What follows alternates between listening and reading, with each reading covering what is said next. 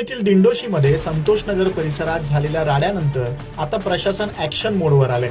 शोभायात्रेवर हल्ला करणाऱ्यांपैकी आतापर्यंत 11 आरोपींना अटक करण्यात आली आहे। तर या राड्यातील मुख्य सूत्रधाराचं घर आज जमीनदोस्त करण्यात आलंय। नेमकं या प्रकरणात काय घडलं, कोणावर कारवाई झाली आणि आता पुढे काय होणार हे जाणून घेऊयात। गोरेगाव पूर्वेतील दिंडोशी येथे संतोषनगर परिसरात रविवारी शोभायात्रेदरम्यान 2 गटांमध्ये तणाव निर्माण झाला। त्यानंतर मोठा राडा झाल्याची घटना समोर आली। घटनेनंतर परिसरात तणावाचं वातावरण निर्माण झालं आणि तत्काळ परिस्थिती नियंत्रणात आणण्यासाठी पोलिसांना हल्लेखोरांवरती सौम्य लाठीचार्ज करावा लागला। मध्यरात्रीपर्यंत अटक सत्र सुरू होतं।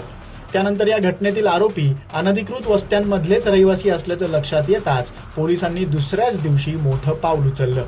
पालिकेच्या सहाय्यानं थेट बुलडोझर कारवाईला सुरुवात झाली।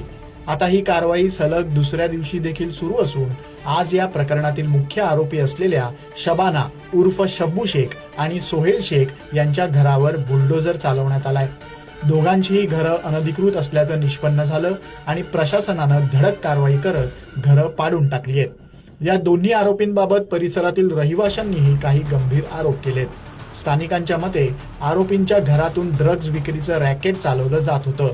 तसंच याच परिसरातील एका घरावर यापूर्वी धाड टाकण्यात आली होती आणि त्यामध्ये ड्रग्ज सापडल्याची माहिती समोर आली होती।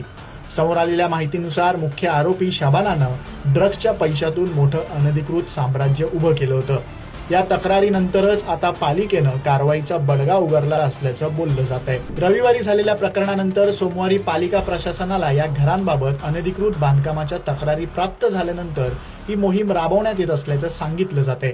महापालिकेचे अधिकारी, कर्मचारी आणि पोलिसांचा मोठा बंदोबस्त तैनात करण्यात आलाय। सध्या परिसरात तणावपूर्ण शांतता असून कोणतीही अनुचित घटना घडणार नाही यासाठी प्रशासन सतर्क आहे। दरम्यान या कारवाईनंतर स्थानिकांमध्येही मोठी चर्चा रंगू लागली आहे। अनेक नागरिकांनी परिसरातील अनधिकृत बांधकामं, ड्रग्ज संबंधित हालचाली आणि वाढत्या दादागिरीबाबत यापूर्वीपासून तक्रारी केल्या होत्या असा दावा आता केला जातोय। त्यामुळे ही कारवाई फक्त दंगलीपुरती मर्यादित नसून परिसरातील बेकायदेशीर हालचालींवरही प्रशासनानं लक्ष केंद्रित केल्याचं चित्र आता दिसू लागलंय। महत्वाची बाब म्हणजे या प्रकरणानंतर पोलिसांकडून आता परिसरातील सीसीटीव्ही फुटेज, मोबाईल व्हिडिओ आणि स्थानिकांकडून मिळालेल्या माहितीद्वारे आणखी काही संशयितांची ओळख पटवली जाते। त्यामुळे पोलिसांनी देखील अधिक सतर्क होत दंगेखोरांना चांगलीच अद्दल घडवण्याचं ठरवलेलं दिसतंय। येत्या काही तासांत किंवा दिवसांमध्ये या प्रकरणात आणखी काही जणांची अटक होण्याची शक्यता नाकारता येत नाही। या कारवाईवर राजकीय आणि सामाजिक प्रतिक्रिया देखील उमटू लागल्या।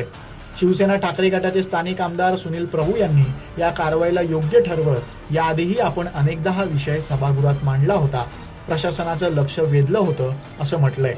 तसंच दोषींवर कठोर कारवाई केली गेली पाहिजे अशी भूमिका घेतली आहे।